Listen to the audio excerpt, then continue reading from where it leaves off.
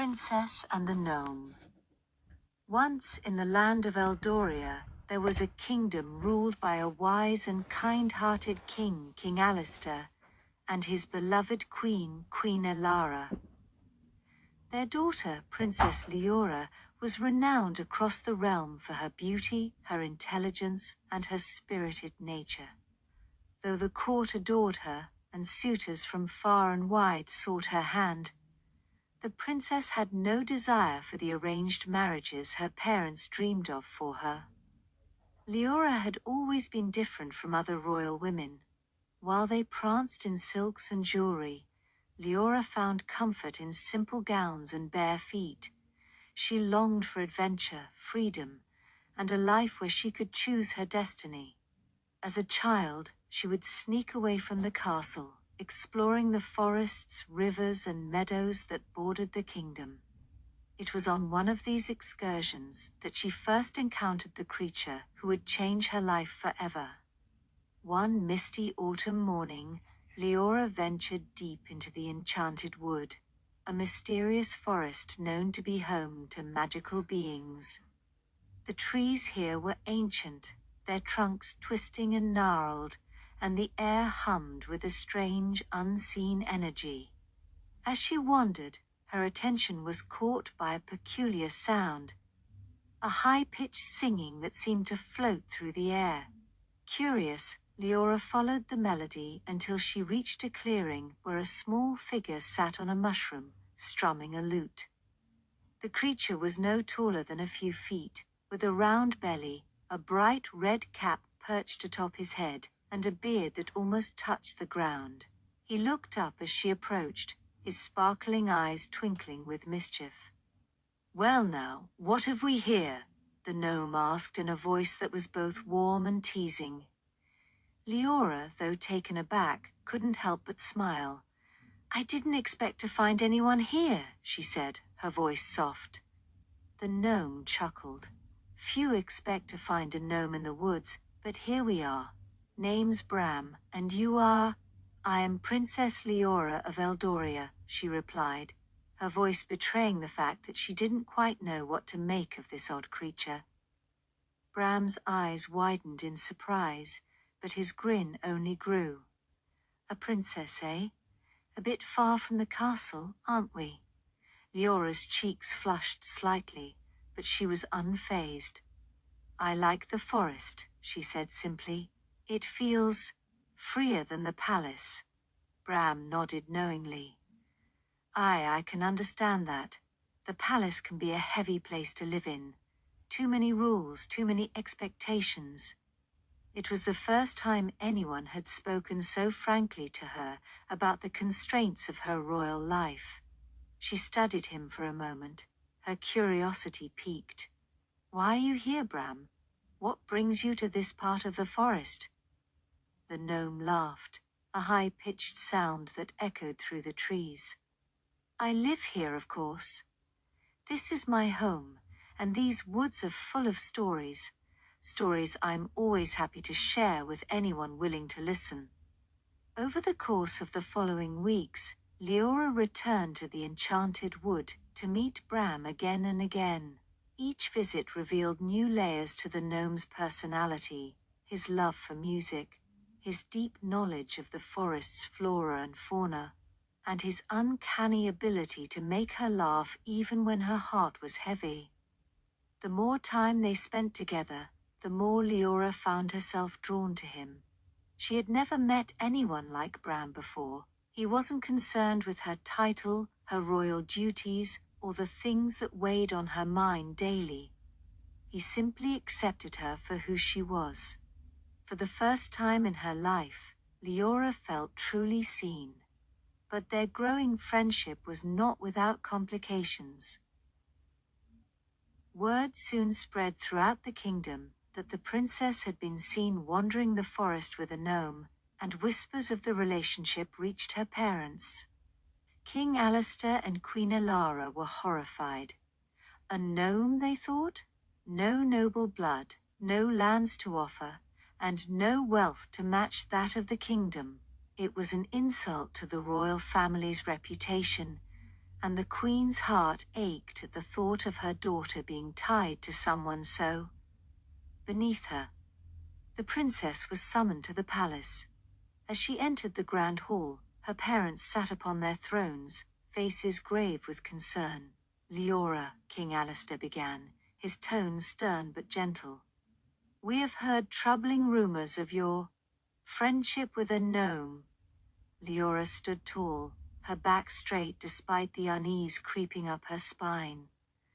"Bram is a friend. He is kind and wise, and he understands me in ways no one else does." "Kind?" Queen Alara's voice was cold. "He is a gnome, Leora. He is not of your station. A marriage between you and this creature would be a disgrace to this kingdom." Leora felt her chest tighten. "But I don't want a marriage of convenience. I don't want a life that's been chosen for me. I want to live my own life, on my own terms." The king's expression softened for a moment, but his words were firm. "You are the heir to this throne, Leora. You have responsibilities that go beyond your desires. You must think of the future of the kingdom, of alliances, and of your duty." "I've thought about it," she said, her voice steady. "And I don't want a life of duty that crushes my soul. I want to choose who I marry. I want to marry for love, not for power or position." Queen Ilara's face twisted with frustration. "And you would choose him?" She gestured sharply, as though the very mention of Bram's name was beneath her. "A gnome? What could he offer you?" Leora's heart ached, but her resolve hardened. "He offers me happiness. He offers me freedom. And that's more than I've ever been offered here." The queen stood, eyes blazing. "If you marry this gnome, you will be disowned. You will have no claim to the throne. You will be cast out of the kingdom."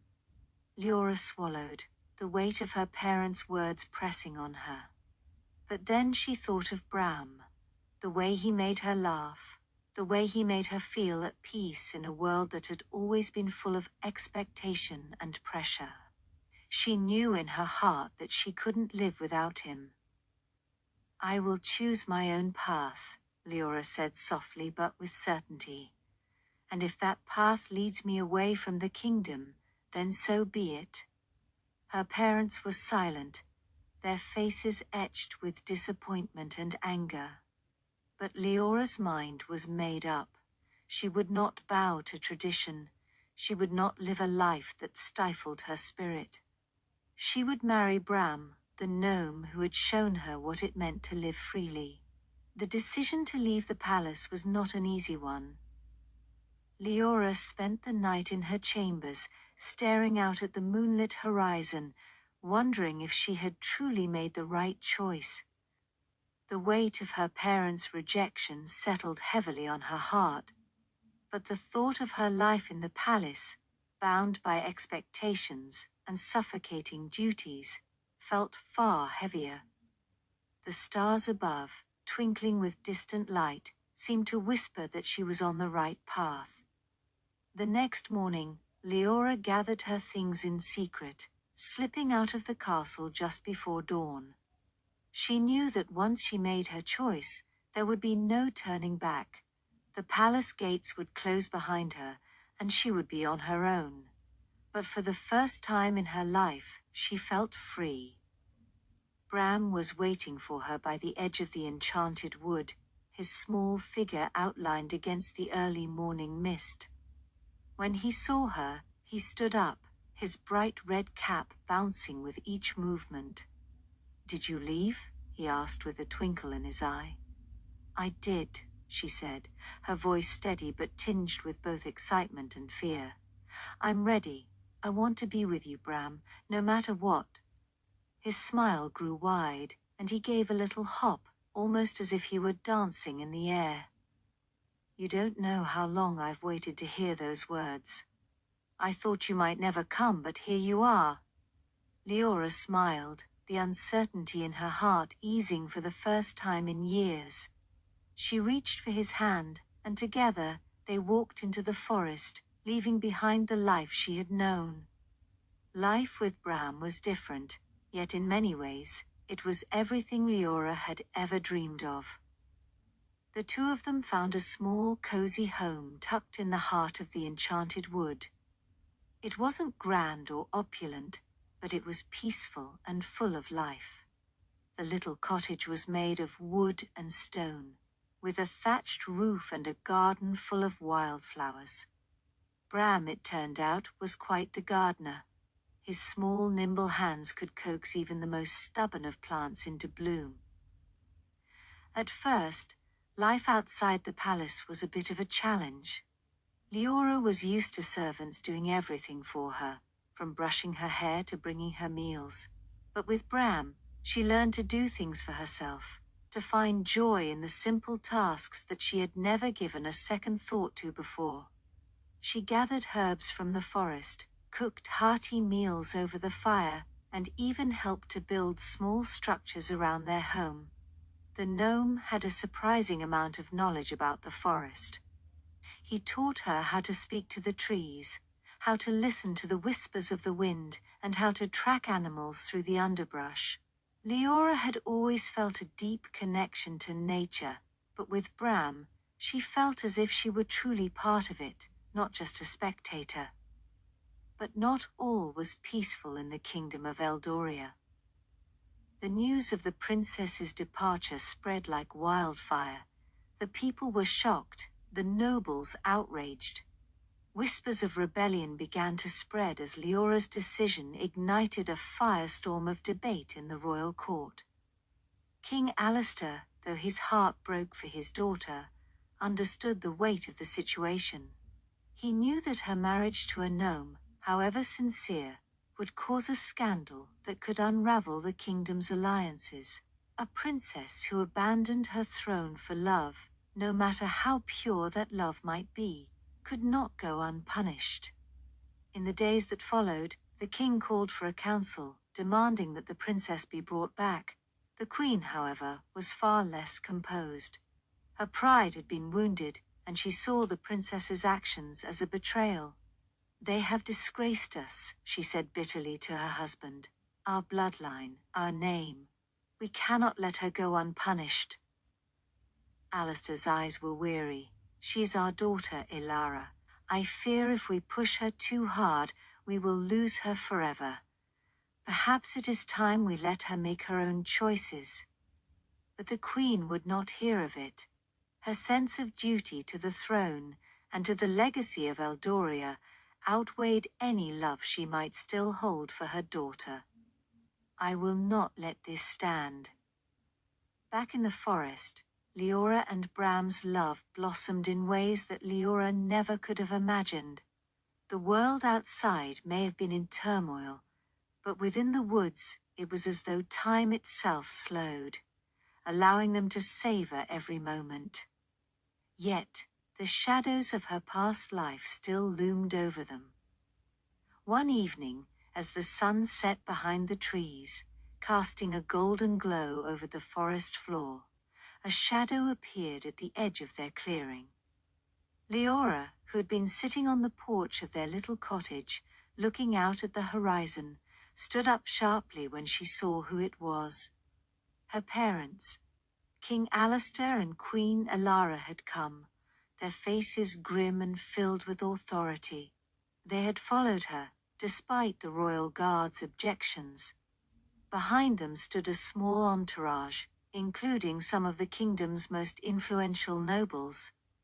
"Leora," her father called gently, his voice strained but warm. "You cannot run away from your responsibilities." The princess stepped forward, standing firm in the soft grass. "I have made my choice. This is where I belong now, with Bram." The queen's eyes narrowed in disdain. "A gnome, Leora? You would throw away your life for him? Do you not see what this means for the kingdom? You have dishonored us." Leora's heart pounded, but she didn't waver. "I am not dishonoring anyone. I'm living the life I've chosen for myself. If you cannot accept that, then I am truly sorry. But I will not go back to the palace. I cannot. Her father sighed, his face a mixture of sorrow and frustration. You were once the pride of the kingdom, Leora. You had a future here, a future that could have been glorious. And now I have a future that's my own, Leora interrupted, her voice firm. I know what I am giving up, but I also know what I am gaining. Bram stepped forward, standing beside Leora. The gnome, though small in stature, exuded an air of confidence. He looked up at the king and queen, his bright eyes unwavering. I love her, he said simply, his voice steady and calm. And I will spend my life making her happy. If that's not enough for you, then I suppose there's nothing more to say. For a long moment, there was silence. The king and queen exchanged a glance, their eyes filled with sorrow and confusion. Then, King Alistair spoke again, his voice softer than before. We never wanted this for you, Leora. We wanted you to have a life of luxury, power, and safety. But if you are truly happy here, then we will not force you to return. Leora's heart skipped a beat. She had not expected this. The king was giving her the freedom she had longed for. Yet she still knew that her choice would forever alter the course of her life and the fate of the kingdom. I will always love you, she said, her voice trembling slightly. But I must live my life, not one you've planned for me. Queen Alara's face softened, though it was clear she still struggled to accept her daughter's decision. Then may you find peace, Leora. But know that you are no longer a part of Eldoria, not in the way you once were. With a final look, the royal family turned and left the clearing. Leora stood, watching them go, her heart torn but resolute. She had chosen her path, and though it meant leaving behind everything she had known, it also meant embracing something more precious: love, freedom, and the ability to choose her own future. In the days that followed, word spread across the kingdom of the princess's defection. There were some who praised her courage, others who called her foolish. Yet, life in the enchanted wood continued on, serene and untouched by the turmoil of the world outside. As time passed, the kingdom of Eldoria slowly adjusted. A new ruler took the throne, one who ruled with wisdom and compassion. But in the heart of the enchanted wood, Leora and Bram lived their lives in peace, building a family of their own, and continuing to nurture the love that had blossomed so unexpectedly between them. And so, the princess who had once been bound by duty found her freedom. Not in the halls of the palace, but in the embrace of a gnome who had